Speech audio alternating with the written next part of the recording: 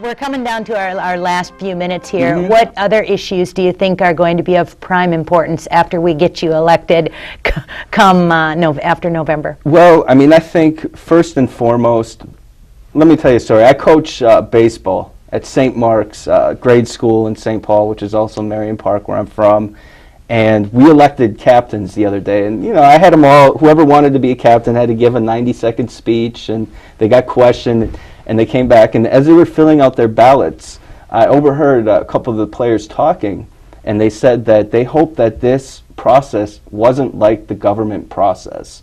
And that struck me, because these kids are 14, 13 years old, and they are realizing the massive corruption and that is going on a national level, and assuming on a local level as well. Mm-hmm. And I think what we have to do is bring in a whole new batch of people that are principled, that understand the history of this country, and that understand the Constitution. Because it is for those kids, and it's also for the business owners. Right now, we have an atmosphere of uncertainty.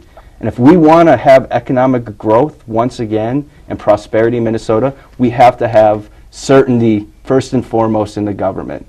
Because could you imagine trying to play a game like a Scrabble, where the rules are always being changed? Always changing. How are you ever going to play the game and win? You're not going to be able to. And so first and foremost, we need to get a whole new bunch of people in there that are principled, wash out the old school politicians, the career politicians, a lot of those progressives who quite literally want to see this country fail economically. And we need to bring growth back, and like I said, it starts with the mentality of the people, believing that we live in a world of abundance, because we do. And it starts with Minnesota, and that's what we're going to do. So we're going to be the shot that's heard around the country here in Minnesota in terms of bringing back real growth and prosperity and wealth for the families and people. Small businesses, I really think, have a tough time in the state of Minnesota, ranked number 49 as being so unfriendly towards small business. All the rules, the regulations, the high taxes. It's like putting weights around their legs, and it's difficult to be prosperous with 50-pound weights holding you down. I agree. Yeah, it's amazing. And of course, families. You have to.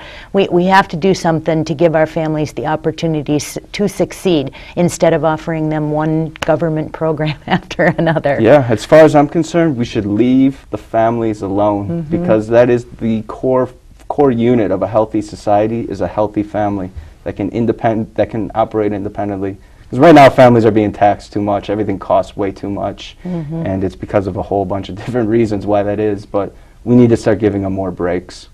We're down to our last minute now. Let's have you throw out again. They can find you on Facebook. You can find me on Facebook.